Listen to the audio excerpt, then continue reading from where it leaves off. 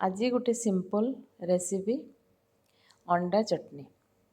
आसतु आज अंडा चटनी recipe बनैबा। Recipe सेमती किसी ना, सिंपल जमी आलू चटनी आम बनाती, बट ये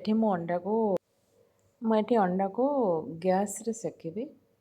फास्ट मु आलुमिनियम फॉइल नहीं, 4टा अंडा नहीं, 4टा अंडा को मु गैस रे ताको सेकी नेबी। डायरेक्ट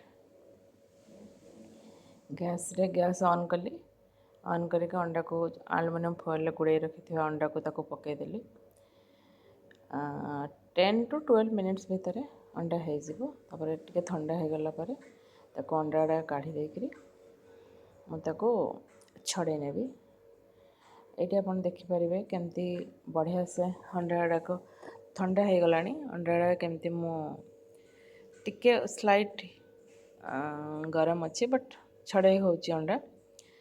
जेहेतु मुझे गोटे हाथ में छड़ाऊँ, आ गोटे हाथ में मोबाइल रखी, से गोटे हाथ नहीं। अंडा तो जनरली 2टा हाथ सांगे सांगे हो, बट ये मत टिके टाइम लगुच। अंडा 4टा को एमतीका मु भल भाव छड़े नेला परे ताकू से किछि बॉयल आलू देवी। बॉयल आलू बहुत कम क्वांटिटी, जस्ट 3-4 पीस, मान गोटे medium size Alur half just. And किछि पियाज, सोरष तेल, सरिष तेल अल्प टिके, ये देखंतु कंचा पियाज, 4-5 खंड आलू, 4टा अंडा, किछि कंचा लंका, लुण। पूरा सिंपल। आपको जमती आलू चटनी बनाते सेमती आलू सहित अंडा को मिसेकी चटनी बनईदेवे। वो बहुत हेल्दी भी आ बहुत टेस्टी भी।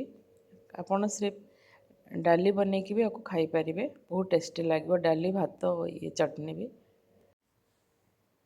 ये एक्चुअली मु छोट प्लेट गोटे नहीं, मुझे अंडा को आलू को ये प्लेट छोट पड़ा, मुझे अलग जगह को ट्रांसफर कर नौ। ये ट्रांसफर कर नहीं, चकटी भी देती। हमारा एवं रेडी हो गला अंडा आलू चटनी।